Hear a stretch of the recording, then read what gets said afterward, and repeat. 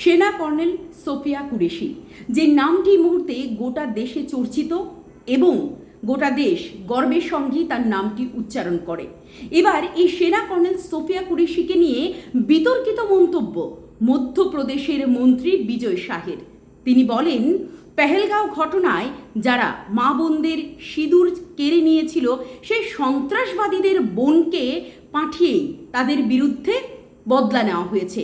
এই বিতর্কিত মন্তব্যের পর খোদ মধ্যপ্রদেশের হাইকোর্ট সুও মোটো মামলা নিচ্ছে এবং মধ্যপ্রদেশের হাইকোর্ট বলেছে, নির্দেশ দিয়েছে যে এই মন্ত্রীর বিরুদ্ধে এবার মামলা নেওয়ার জন্যে।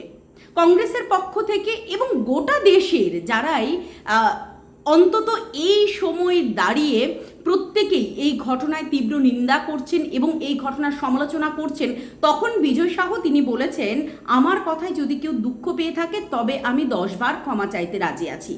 তবে তিনি যে কথাটি বলেছেন সেটি নিঃসন্দেহে ক্ষমার অযোগ্য।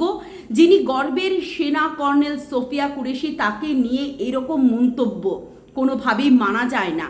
বর্তমান প্রেক্ষাপটে দাঁড়িয়ে আমরা যখন দেখছি সরকার, বিরোধী দল এবং গোটা দেশবাসী একসঙ্গে মিলেমিশে হাতে হাত রেখে দেশের সম্মান রক্ষায় লড়াই করছেন, যে যার মতো করে সমর্থন জানাচ্ছেন, তখন মন্ত্রীর এই বক্তব্য কিন্তু একেবারেই আমরা বলতে পারি যে সামাজিক মাধ্যমে ঝড় বইছে।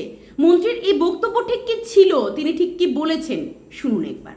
हमारी बेटियों के सिंदूर उजाड़े थे, वही कटे पिटे लोगों को हमने उन्हीं की बहन भेज करके उनकी ऐसी की तैसी करवाई। एक बार मोदी जी के लिए जोरदार ताली बजाएं।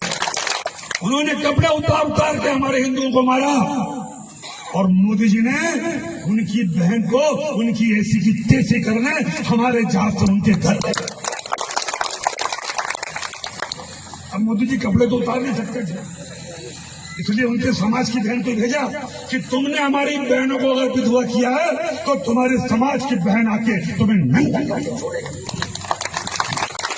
देश का सम्मान, मान सम्मान और हमारी बहनों का सुहाग का बदला तुम्हारी जाति की समाज की बहनों को पाकिस्तान भेज करके कोई ले सकता है। और उन्होंने कहा था